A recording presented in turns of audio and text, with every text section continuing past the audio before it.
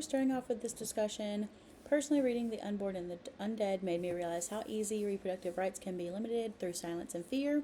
The stories show that women are treated as if their bodies really only exist to serve moral or political agendas, and that control continues even after overturning of Roe v. Wade. I found it pretty unsettling about how the unborn are granted more value than people who are already alive and struggling. The text itself connects to how, before Roe, medical and social systems worked together to restrict women's access to safe abortions and reproductive care, and the stories highlight how fear, religion, and policy all work together to make women's health not the main primary focus to ideology and people's opinions. It suggested that the future of access is prevalent on open dialogue and community advocacy and protecting bodily autonomy through collective support with the groups and stuff that are discussed in there by having that open communication. The example of this that I came up with was from the film If These Walls Could Talk, and there's these women that face unplanned pregnancy under changing laws, and when abortion is legal, there's still stigma. But with the Walls Could Talk example, there still is examples of also train of thought that in the Walls Could Talk, women still suffer from medical scares, and one of them eventually ends up passing away due to having to have an unregulated abortion.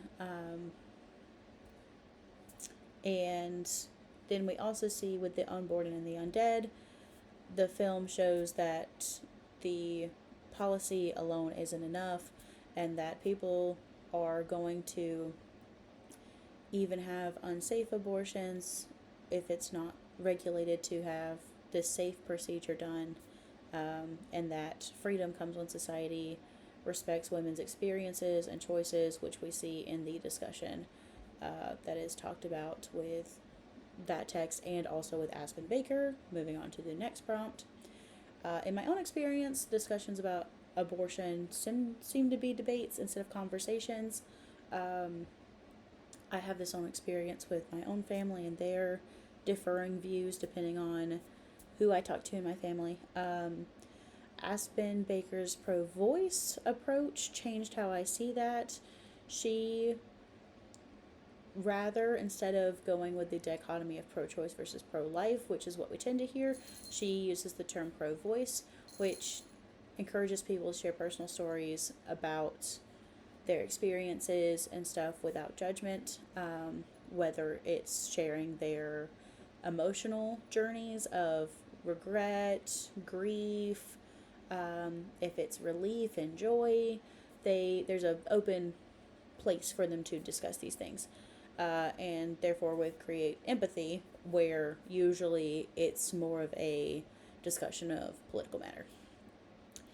There's a lot of emotional honesty, and there's again an open space for people to talk about abortion without stigma, and the goal is to not change minds or create arguments or things like that, but rather just to listen and build understanding and have a place of compassion.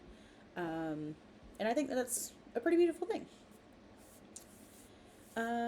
Moving on to the next one with Catherine Colbert.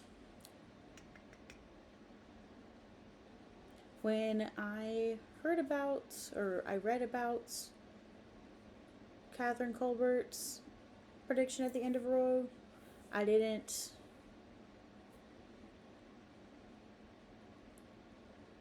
think that I thought that the laws were, I guess, permanent or set in stone, that it wasn't something that was as flexible, I guess is what it is. And so there's a lot of, I guess, insight that I gained about the Constitution, and that rights are not necessarily safeguarded, but with different policies and lawmaking, it can be up to jurisdiction, and it can be fluid on how different things can be interpreted, I guess is the way to say that. There's not something that is specifically defined in those rights.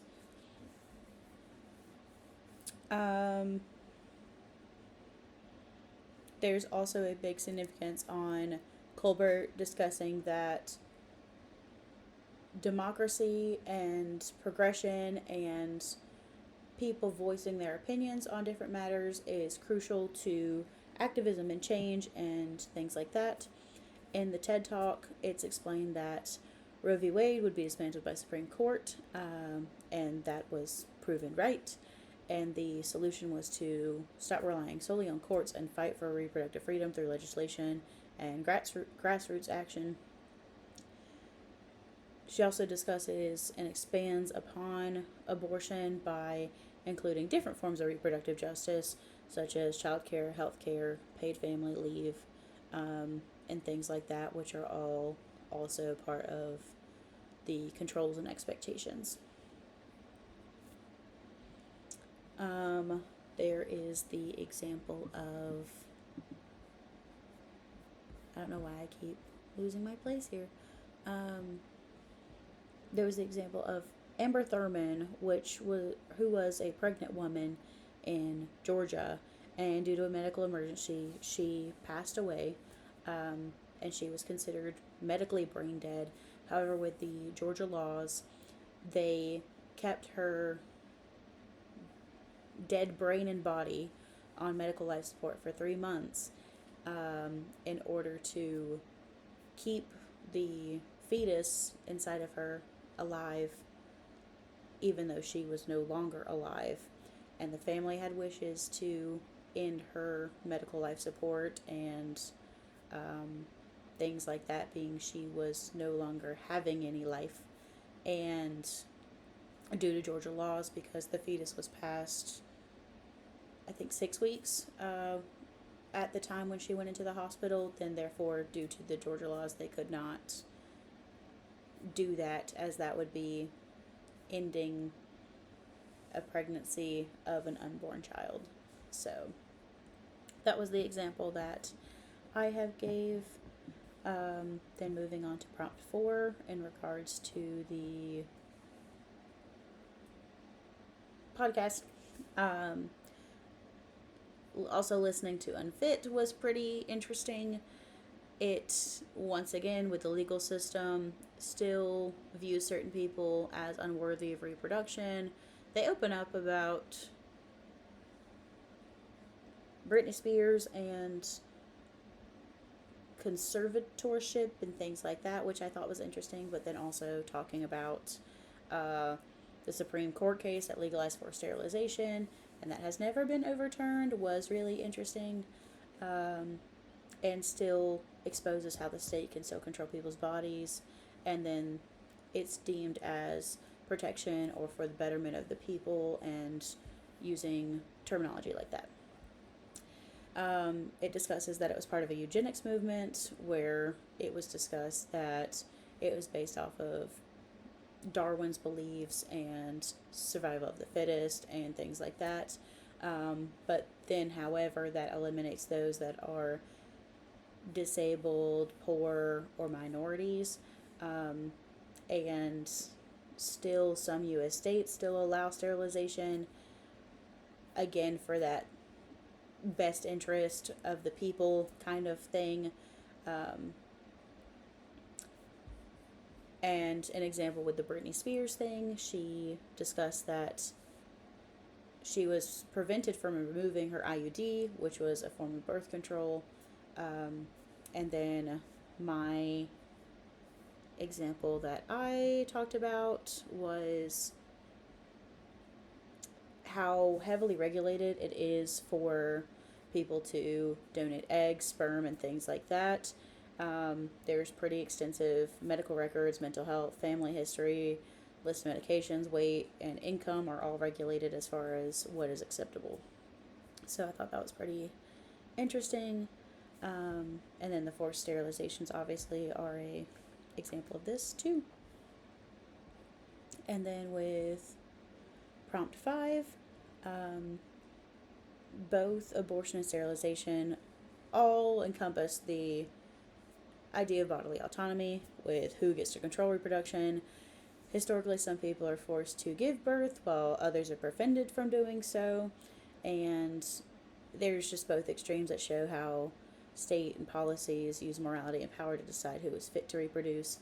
Um, it's clear that the struggle over autonomy is more than just pregnancy. It's self-determination, it's eugenics laws, the abortion bans.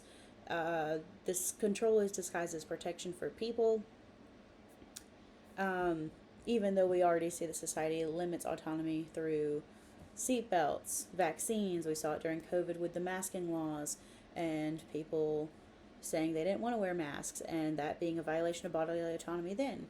But yet, reproductive control is what's seen as pretty severe in that case. And I think bodily autonomy will become even more divided with technology and politics and things like that. And I think that people discussing their thoughts on this is pretty important when it comes to democracy and things like that.